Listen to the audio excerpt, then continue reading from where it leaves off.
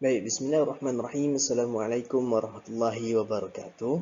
Alhamdulillah kita bersama lagi, kita berjumpa lagi dalam slot Jom Belajar Bersama Ustaz Muhammad Fahmi. Baik, jadi Ustaz harap anak-anak murid Ustaz berada dalam keadaan sihat sejahtera, berada di rumah dengan baik, bersama dengan keluarga, jangan stres-stres ya. Jadi kita masih lagi, Alhamdulillah dapat belajar walaupun kita masih berada di rumah.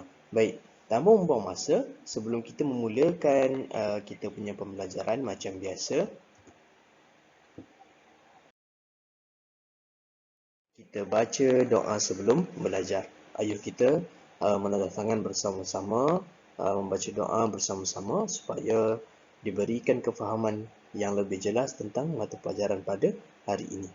Baik, bismillahirrahmanirrahim. Allahumma aftah alaina hikmataka wanshur alaina min khazain rahmatika ya arhamar rahimin. Ya Allah, bukakan kepada kami hikmah-hikmahmu dan berikan kami rahmat-rahmatmu ya Allah yang maha pengasih lagi maha penyayang. Amin. Amin ya rabbal alamin. Jadi kita lihat apa yang kita akan belajar pada hari ini. Okey, kita akan belajar pada tajuk hari ini ialah memuliakan tetamu. Jadi kalau anak-anak murid Ustaz lihat pada buku teks, boleh rujuk pada buku teks muka surat 50 hingga 54. Ya, boleh rujuk muka surat 50 hingga 54. Bolehlah ambil buku teks sekarang, buka muka surat yang tertera. Okey.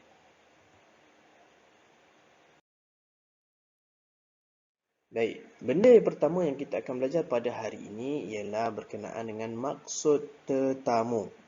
Kan kita nak belajar cara nak memuliakan tetamu, jadi kita kena tahu siapa dia tetamu. Barulah kita kenal, kan? Kita kenal siapa tetamu, barulah kita boleh layan siapa tetamu. Jom kita tengok. Baik, mengikut buku teks ya yang kamu tengah buka sekarang, maksud tetamu ialah orang yang diundang. Kalau tak diundang macam pencuri, bukan tetamu, jadi tak payah layan, kan? Jadi orang yang diundang untuk menghadiri atau menziarahi sesuatu majlis. Mesti diundang. Kalau tak diundang, bukan tetamu namanya. Okey?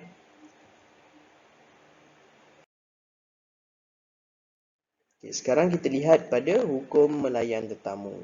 Kan? Bila tetamu dah datang, apa kita kena buat? Kan? Kita kena tahu hukumnya apa dahulu sebelum kita buat sesuatu perkara. Jom kita lihat apa dia hukumnya. Baik. Hukum melayani tetamu. Hukum melayani tetamu ini wajib. Wajib melayani tetamu. Sebab apa? Kerana apa?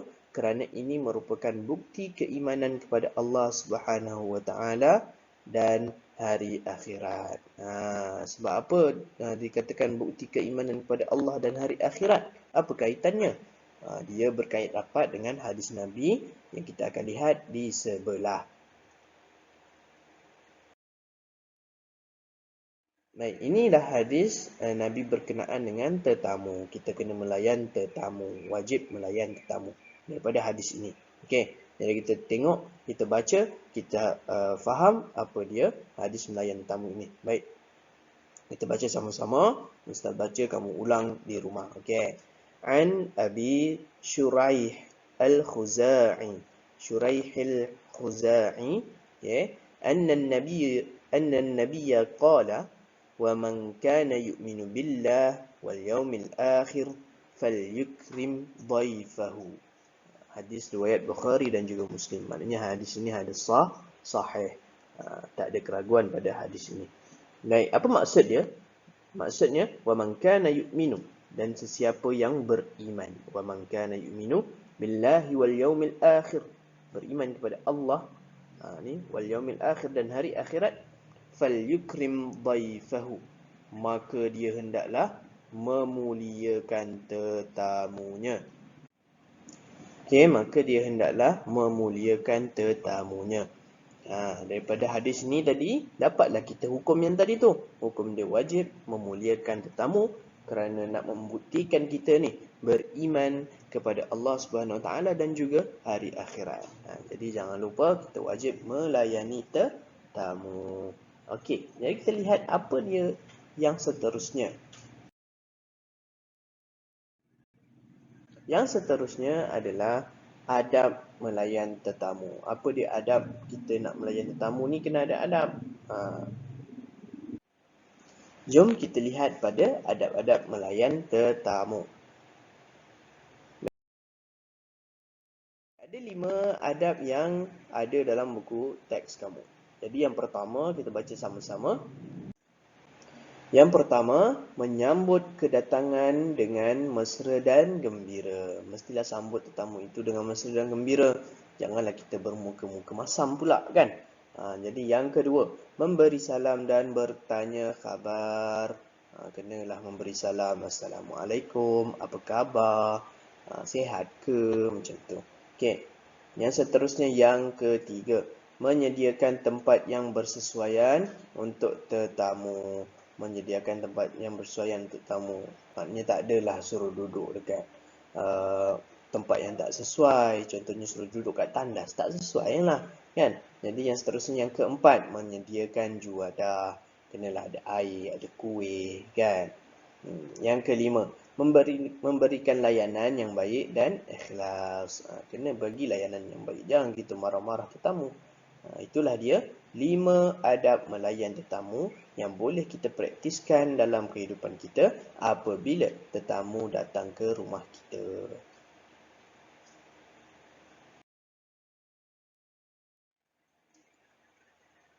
Okey, yang seterusnya kita lihat pada kepentingan memuliakan tetamu. Ada 6 kepentingan memuliakan tetamu, iaitu yang pertama, kepentingannya adalah apabila kita melayan tetamu ni, tak kira bangsa, tak kira individu, tak kira agama, dia akan mengukuhkan perpaduan. Sebab kita ni berada dalam negara yang berbilang kaum, kan? Jadi bila ada bangsa lain yang datang rumah kita, kita melayan dengan baik. Jadi perpaduan tu dapat dikukuhkan begitu. Okey, yang kedua, mendapat pahala. Sebab Allah suka benda-benda yang baik. Jadi insya-Allah kita akan diberikan pahala. Baik, yang seterusnya mengeratkan silaturahim. Macam tadi juga, dia mengeratkan silaturahim sebab dia mengukuhkan perpaduan, saling bekerjasama. Jadi silaturahim tu makin erat. Yang seterusnya, mendapat kebahagiaan. Apabila kita melayan tetamu dengan ikhlas, kita gembira, kan, maka hati kita akan bahagia. Dan seterusnya, mengikut ajaran Nabi. Sebab ini yang Nabi sarankan kepada kita. Nabi apabila tetamu datang, memang layan kau, kan. Jadi kita kena ikut cara Nabi. Dan seterusnya, menyemai kasih dan sayang. Bila kita dapat melayan tetamu dengan baik, kita melatih diri untuk kita ada rasa kasih dan sayang terhadap orang lain.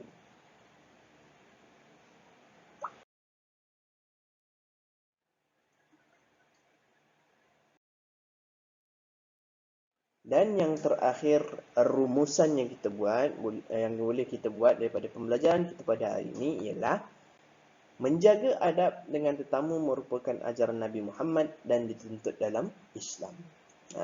Sebab dia berkait rapat dengan hadis tadi. Hadis tadi kata, "Wa man kana yu'minu billahi wal yawmil akhir falyukrim dhaifahu." Barang siapa yang beriman kepada Allah Subhanahu wa taala dan juga hari akhirat, maka dia hendaklah memuliakan tetamunya. Jadi perkara ini yang amat dituntut dalam Islam. Okey, jadi itu sahaja yang kita belajar pada hari ini. Ada 5. Ustaz recap kembali. Yang pertama, kita belajar tentang maksud tetamu. Maksud tetamu ini adalah orang yang diundang untuk menghadiri sesuatu majlis. Mesti diundang. Kalau tak diundang, bukan namanya tetamu. Dan seterusnya kita belajar tentang hukum. Hukum melayan tetamu. Hukumnya wajib. Sebab apa wajib? Sebab kita ambil daripada hadis Nabi yang mengatakan bahawa wa man kana yu'minu billahi wal yawmil akhir falyukrim dhaifahu. Barang siapa yang beriman kepada Allah Subhanahu wa taala dan juga hari akhirat, maka hendaklah dia memuliakan tetamunya. Kan? Yang seterusnya kita belajar tentang adab-adab memuliakan tetamu. Ada 5 adab. Yang pertama apa? Melayan tetamu dengan gembira, jangan muka masam. Seterusnya mesti ada kita memberi salam dan bertanya khabar. Seterusnya meletakkan tetamu di tempat yang betul. Dan yang seterusnya hinggalah habis 5 perkara tersebut. Yang seterusnya kita belajar tentang kepentingan. Yang keempat kita belajar tentang kepentingan. Apa dia kepentingan adab? Kita melayan tetamu ini. Ada kepentingan kita nak melayan tetamu ini dengan baik, dengan beradab. Mestilah ada. Yang paling penting dia adalah mengeratkan silaturahim, mengukuhkan perpaduan, mendapat pahala. Semua itulah adalah kepentingan dia. Dan seterusnya kita membuat rumusan. Yang kelima kita belajar, kita membuat rumusan. Menjaga adab ini, menjaga adab melayan tetamu adalah perkara yang dituntut dan merupakan ajaran Nabi ini.